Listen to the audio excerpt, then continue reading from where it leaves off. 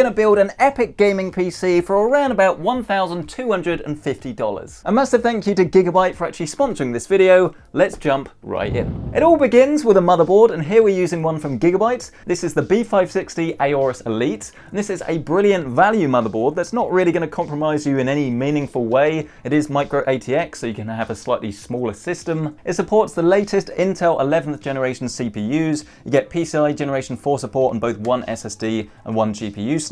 You get really good I/O for a budget board, including USB Type-C, two USB 2.0 headers on the board itself, as well as one for USB 3 and 3.1. The only real thing to be aware of with this is that it doesn't support CPU overclocking, but to be honest, that doesn't really matter. But then more importantly to a lot of you, this doesn't actually have Wi-Fi, so you either need to spend a little bit more money to get a better board or buy an add-in card. As for the CPU that we are actually using here today, this is the Intel i5. Intel's 11600 is a brilliant gaming CPU, and if you look to play something like Warzone, Fortnite, Apex Legends, maybe even a little bit of Cyberpunk, then this is going to perform very well. But when I checked at pricing earlier, the K is actually the cheapest one at the moment. You can't really seem to get hold of the F versions or even the non-K. So obviously if that affects you, then by all means go for this, but it isn't going to get you any extra performance. I will certainly draw your attention though to the fact that if you do go for the K variant, you do need to be aware that you don't actually get a CPU cooler in the box. It won't come quite like this, but it's not going to be too far off, so you have to buy one separately. Is that too much information too quickly? Should I apologise? No. You just need to stop being a baby. Yeah. So do take your CPU out of the box, do handle it with care, it is quite sensitive, please don't drop it, and then open up the slot itself, pick up the CPU, and then just gently drop this down with no force whatsoever. Then you can just lower down this retention arm, and then this will flick off in spectacular fashion, and you're ready for the next step. Next up, it's time to install our RAM, or our random access memory. Here we have some stuff from Crucial. I've used this so many times, the box is getting a little bit sore now. Do boxes get sore? You're after 16 gigabytes of the stuff, ideally running at 32 or 3600 megahertz to get the right sort of price to performance. Crucial have actually priced this set really well, and I like the fact that it is so low profile, so if you're using an air cooler, you're less likely to have any sort of issues with clearance. You want to open up slots 2 and slots 4, so don't put them directly next to each other. Line up the little grooves on the motherboard, and then just push this into place. Doing the same with the other stick. Of course, you're going to need somewhere to actually store your games, and we're not going too crazy here. This is Samsung's 980. You can usually get this for around about £55 for the 500 gigabyte version. Granted, it isn't a huge amount of storage, but 500 gig should be more than enough to get you started. You can fit Warzone and plenty of other games on here, that's the main thing. We're going to open up this top slot, as it does actually have a thermal heatsink on it. So remove it, and then if there is any like protective film, you want to take this off now. Take your SSD out of the box. Admire just how small it is. It always blows my mind every time I do actually see these. Keep telling yourself, Marcus, that's what you meant to say. Drop it down into place, and then secure it down with the included screw. At this stage, your motherboard should look something along the lines of this. We've got a very jet black theme going on here, so it's going to work with most color schemes if you want to add some RGB at a later date. We're not actually going to do that now though, we're going to add some cooling. The one that we're using is an absolute banger. Not literally, it shouldn't explode in your system. Shouldn't do. It's from a company called Be Quiet, and this one is the PureOpt 2. This is going to cool our i5 remarkably well, but the thing that actually makes this pretty special is that compared to a lot of other entry-level cooling solutions, this one is actually very quiet. You want to grab this Intel backplate and feed the screws to the other side, and then hold them in place with these little rubber washers. Trying not to drop the cooler on your foot in the process. Ow. Oh no! I thought I got away with it, but look at that. That looks ridiculous. I'm gonna have to try and fix this now. Bum. Getting back to schedule, grab your back plate and feed this through the holes on the back of the motherboard. Grab these little retaining screws and then screw those in to the motherboard. Give them a good tighten with a screwdriver. Grab the retention brackets out of the box and then lay these on top. Screw these down into place. Add a line of thermal paste. Grab your hopefully not dropped on the floor CPU cooler, then gently put this on top. Grab the retaining bar, lower this on top of the cooler, then once again, screw it down into place. When you're done, you should have something that looks something along the lines of this. Adding the fan is very simple. Grab one of these hooks and then just gently lower this over the cooler.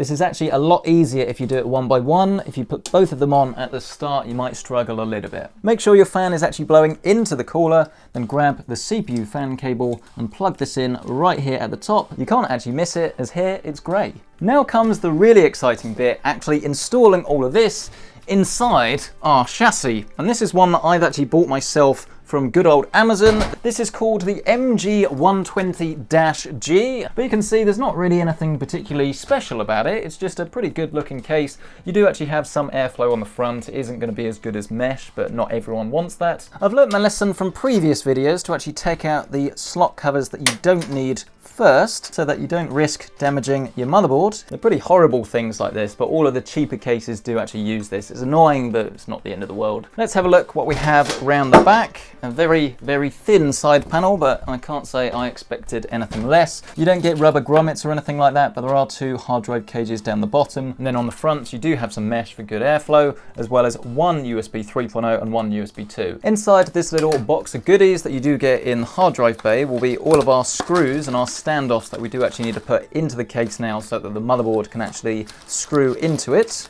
We need to add another one at the top. If you do have pliers, give it a little bit of a tighten. Once you've done that, you can then grab your motherboard, line it up with all of those holes, and then you guessed it, secure it into place. We should now start to see that our system is coming along really nicely. And yes, this is definitely like a stealthy blackout theme. Let us untie this fan that you get at the back and then connect it into the motherboard. There is actually a Molex connector here, but don't worry, you don't need to plug that in at all.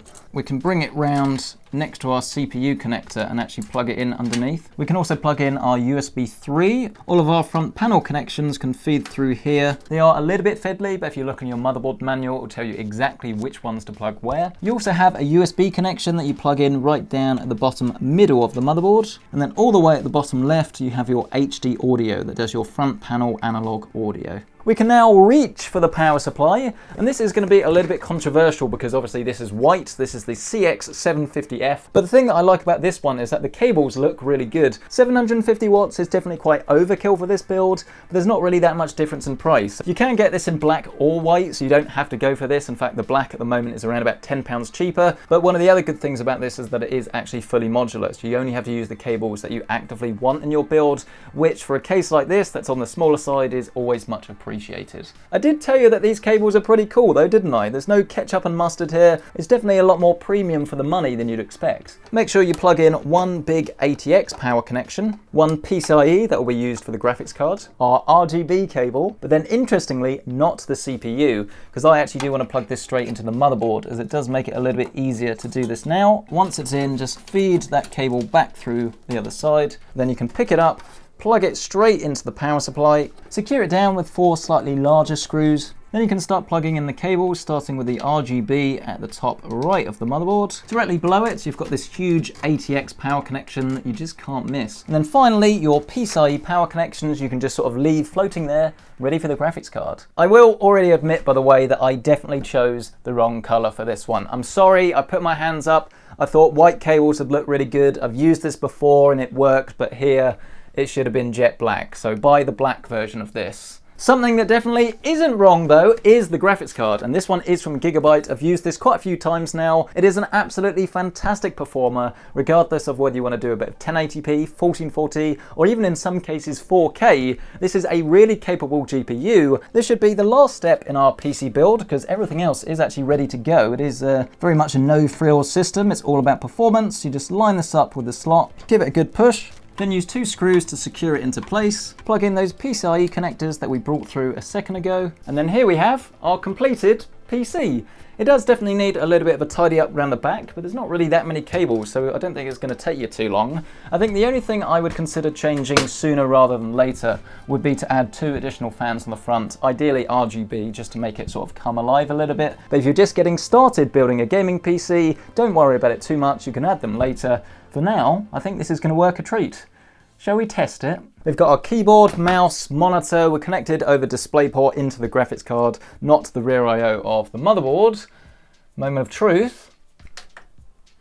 I was expecting a load of RGB, I sort of forgot. I'm just so used to it these days. Maybe we should put an RGB strip in it. Are we going to get a display on our screen? Yes, we are. That was surprisingly simple. Turning on XMP to make sure that our memory is actually running at its proper rated speed. Go into advanced mode, enable above 4G decoding, and then underneath where it says resize bar support, turn this to automatic, and then you're going to get the most out of that GPU. Slightly awkward, but I did also forget to say if you're using a Wi-Fi card, you do also need to insert this. But it's a very tiny little thing, and all you need to do is just push it in to one of the other slots. I'm using the one at the bottom. Plug in the antenna, restart your PC, and then you should have Wi-Fi. You might need to install a driver, but in most systems I've used, you don't. Here we are then, all set up and ready to go. And my initial impressions of the system is that it looks pretty normal, to be honest with you. This definitely isn't the most out there thing in the world. I know I've already said it, but adding an extra set of 120 fans, get some RGB, put them at the back and at the front would make this look so much better. It'll probably cost you around about 50, 55 quid. The white power supply doesn't actually look too bad, to be honest with you. Maybe I jumped the gun on saying it didn't look great, but having said that, I definitely would go for the black version next time. Odd socks, the absolute best thing to clean your PC case with. Starting things off when we're really throwing this PC in at the deep end, this is 1440p Cyberpunk 2077 with ray tracing, DLSS, and as you can see, we're getting pretty close to that magical 60 FPS. This is definitely a game that plays a lot better on Nvidia graphics cards, but I think as it's an Nvidia optimized title, we saw that one coming. It's just such a capable graphics card that you can use for a whole bunch of different applications. Just out of interest, if we turn ray tracing off and then see what our difference is, you're actually getting around about 20 to 30 FPS more. This is now super smooth, and to be honest, that a little bit better for gameplay if you are getting into a lot of gunfights. Up next is everybody's favourite, some Call of Duty Warzone. It's taken its time installing the shaders, so everybody just amuse yourselves for a second. I wish it only did take a second. After that absolutely lovely delay, here we are in Warzone, and you can see running at 1440p with DLSS, our frame rate is actually around about 140 frames a second. And this is absolutely brilliant because you're going to get very close to saturating those 165 Hz monitors with Quad HD resolution. And when you bear in mind that this is actually running at ultra settings, the only thing that's not turned on is ray tracing, but I don't think that's actually in Battle Royale anyway, you can see it gets more impressive because if you want a higher frame rate, you can just turn some of the settings down even more. And I think one of the most important things here to actually point out is that when you look at that GPU utilization, it's pretty much maxed out. It's very close to 100%, there's maybe a couple of percentage off, and this is the reason that we went for that upgraded i5 rather than getting an 11400F, because in a game like Warzone, when bottlenecking might actually start to become apparent, having a better CPU is incredibly important. I've been banging on about 1440p, but how about some 4K gaming? And this is just cause for a game that you pretty much want to hit around about 60 FPS with. I actually play this with a controller, so the frame rate isn't quite so important, but anything under 60 still isn't optimal. We're not quite hitting that magical 60 FPS, but we're not really that far away, to be honest with you. If you do want to turn it down to 1440p, however, you can of course increase your frame rate even further. Not quite 100 FPS, but once again, really not that far away from it. Turning to something a little bit more competitive,